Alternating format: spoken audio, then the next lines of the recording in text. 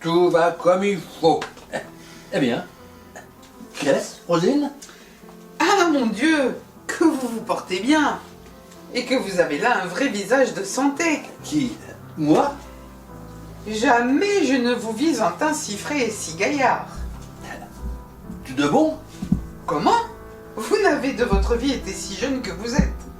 Et je vois des gens de 25 ans qui sont plus vieux que vous. Cependant, Rosine, j'en ai 60 bien comptés. Eh bien, qu'est-ce que cela, 60 ans? Voilà bien de quoi. C'est la fleur de l'âge, cela. Et vous entrez maintenant dans la belle saison de l'homme. Il est vrai, mais 20 ans de moins pourtant ne me ferait point de mal, que je crois. Vous moquez-vous, vous n'avez pas besoin de cela. Et vous êtes d'une patte à vivre jusque à 100 ans. Tu le crois? Assurément, vous en avez toutes les marques. Tenez-vous un peu. Oh, que voilà bien là, entre vos deux yeux, un signe de longue vie. Tu te connais à cela? Sans doute. Montrez-moi votre main. Ah mon Dieu, quelle ligne de vie! Comment? Mais ne voyez-vous pas jusqu'où va cette ligne-là? Eh bien, qu'est-ce que cela veut dire? Par ma foi, je disais 100 ans, mais vous passerez les 6-20. Est-il possible? Il faudra vous assommer, vous dis-je, et vous mettrez en terre vos enfants et les enfants de vos enfants. Ah, tant mieux. Comment va notre affaire? Faut-il le demander? Et me voit-on mêlé de rien dont je ne vienne à bout? J'ai surtout pour les mariages un talent merveilleux. Il n'est point de partis au monde que je ne trouve en peu de temps le moyen d'accoupler. Et je crois, si je me l'étais mise en tête, que je marierais le grand Turc avec la République de Venise. Il n'y avait pas sans doute de si grandes difficultés à cette affaire-ci. Comme j'ai commerce chez elle, je les ai à fond l'une et l'autre entretenues de vous. Et j'ai dit à la mère le dessin que vous aviez conçu pour Marianne, à la voir passer dans la rue et à prendre l'air à sa fenêtre. Qui a fait réponse? Elle a reçu la proposition avec joie. Et quand je lui ai témoigné que vous souhaitiez fort que sa fille assistât ce soir au contrat de mariage qui se doit faire de la vôtre, elle y a consenti sans peine et me l'a confié pour cela. Ah, c'est que je suis obligé, Frosine, de donner à souper au seigneur Olsem. Et je serais bien aise qu'elle soit du régal. Vous avez raison. Elle doit après dîner rendre visite à sa fille, d'où elle fait son compte d'aller faire un tour à la foire, pour ensuite venir souper. Eh bien, elles iront ensemble dans mon carrosse, que je leur prêterai. Voilà justement son affaire. Mais, Frosine, as-tu entretenu la mère touchant le bien qu'elle peut donner à sa fille? Lui as-tu dit qu'il fallait qu'elle s'aidât un peu, et qu'elle fît quelque fort, qu'elle se saignât pour une occasion comme celle-ci, car encore n'épouse-t-on point de fille sans qu'elle apporte quelque chose. Comment? C'est une fille qui vous apportera 12 000 livres de rente. 12 000 livres de rente? Oh oui! Premièrement, elle est nourrie et élevée dans une grande épargne de bouche. C'est une fille accoutumée à vivre de salade, de lait, de fromage et de pommes, et à laquelle par conséquent il ne faudra ni table bien servie, ni consommés exquis, ni orge mondée perpétuelle, ni les autres délicatesses qu'il faudrait pour une autre femme. Et cela ne va pas à si peu de choses qu'il ne monte bien tous les ans à 3 000 francs pour le moins. Outre cela, elle n'est curieuse que d'une propreté fort simple et n'aime point les superbes habits, ni les riches bijoux, ni les meubles somptueux, ou donne ses pareils avec tant de chaleur. Et cet article-là vaut plus de 4 000 livres par an. De plus, elle a une aversion horrible pour le jeu, ce qui n'est pas commun aux femmes d'aujourd'hui.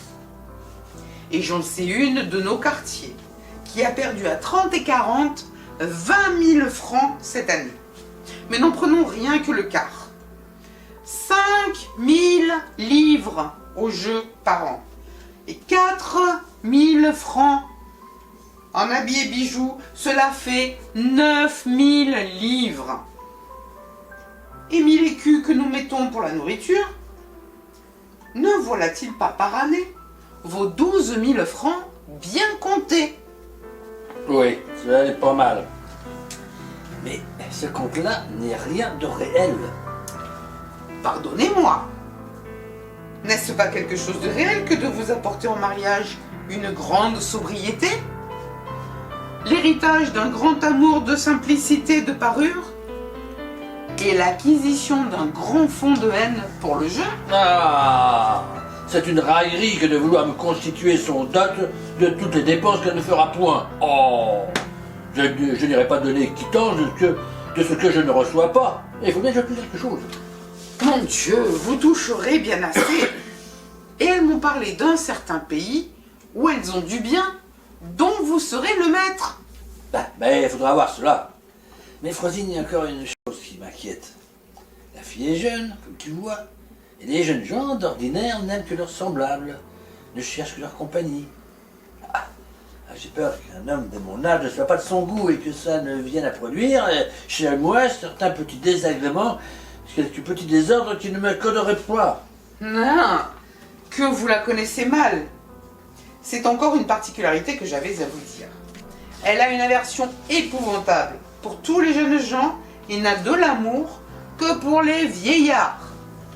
Elle? Mais oui, elle. Je voudrais que vous l'eussiez entendu parler là-dessus. Elle ne peut souffrir du tout la vue d'un jeune homme. Mais elle n'est point plus ravie, dit-elle, que lorsqu'elle peut voir un beau vieillard avec une barbe majestueuse. Les plus vieux sont pour elle les plus charmants. Et je vous avertis, de n'allez pas vous faire plus jeune que vous êtes. Elle veut tout au moins qu'on soit sexagénaire. Et il n'y a pas 4 mois encore, qu'étant prête d'être mariée, elle rompit tout net le mariage, sur ce que son amant fit voir qu'il n'avait que 56 ans, et qu'il ne prit point de lunettes pour signer le contrat. Sur cela seulement? Oui, elle dit que ce n'est pas contentement pour elle que 56 ans, et surtout, elle est pour l'aîné qui porte des lunettes. Certes, tu me dis là une chose toute nouvelle. Cela va plus loin qu'on ne vous peut dire.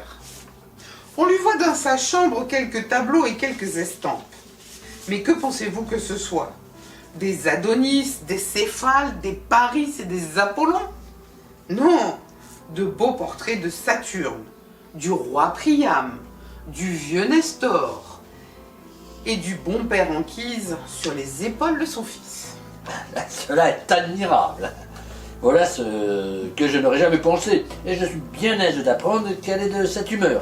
En effet, si j'avais été femme, je n'aurais point aimé les jeunes hommes. Oh, je le crois bien. Voilà de belles drogues que des jeunes gens pour les aimer. Ce sont de beaux morveux, de beaux godelureaux, pour donner envie de leur peau, et je voudrais bien savoir quel ragoût il y a à eux. Pour moi, je n'y en comprends point, et je ne sais pas comment il y a des femmes qui les aiment tant. Il faut être folle, fiefée. Trouver la jeunesse aimable, est-ce avoir le sens commun? Sont-ce des hommes que de jeunes blondins? Et peut-on s'attacher à ces animaux-là? C'est ce que je dis tous les jours, avec leur ton de poule l'été, et leurs 3 petits brins de barbe relevés en barbe de chat, leurs perruques d'étoupe, leur haut de choses qui tombent tout tombant, et leur estomac débraillé. Et cela est bien bâti auprès d'une personne comme vous. Voilà un homme, cela. Il y a de quoi satisfaire à la vue. Et c'est ainsi qu'il faut être fait et vêtu pour donner de l'amour. Ouais. Tu me trouves bien? Comment? Vous êtes à ravir. Et votre figure est à peindre. Tournez-vous un peu, s'il vous plaît. Il ne se peut pas mieux que je vous vois marcher. Voilà un corps taillé, libre et dégagé comme il faut, et qui ne marque aucune incommodité. Je n'en ai pas de grande, Dieu merci. Il n'y a que ma fluxion qui me prend de temps en temps. Cela n'est rien. Votre fluxion ne vous sied point mal, et vous avez grâce à tousser. Dis-moi un peu, Marianne, ne m'a-t-elle point encore vu? N'a-t-elle point pris garde à moi en passant? Non, mais nous nous sommes fort entretenus de vous. Je lui ai fait un portrait de votre personne et je n'ai pas manqué de lui vanter votre mérite et l'avantage que cela lui serait d'avoir un mari comme vous. Tu as bien fait, et je t'en remercie. J'aurais, monsieur, une petite prière à vous faire. J'ai un procès que je suis sur le point de perdre, faute d'un peu d'argent.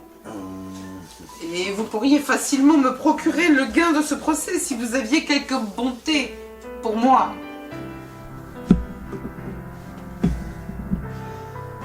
Vous ne sauriez croire le plaisir qu'elle aura de vous voir. Ah, que vous lui plairez. Et que votre fraise à l'antique fera sur son esprit un effet admirable.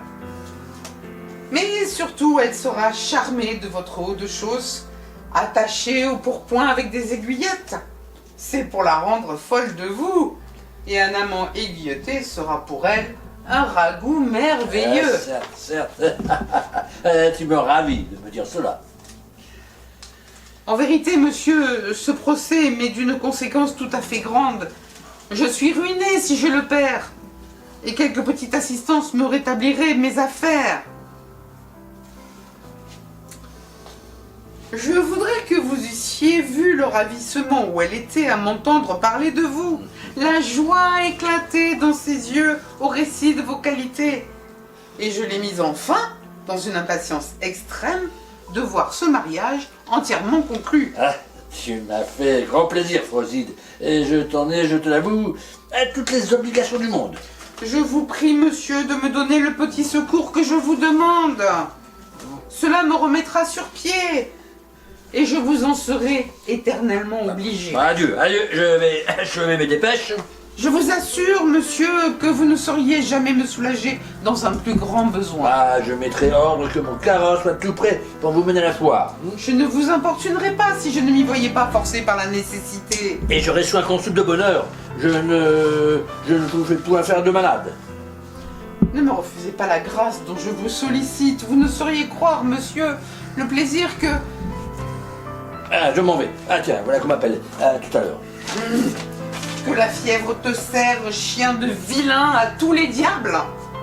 Le ladre a été ferme à toutes mes attaques. Mais il ne me faut pas pourtant quitter la négociation. Et j'ai l'autre côté en tout cas, d'où je suis attiré de tirer bonne récompense.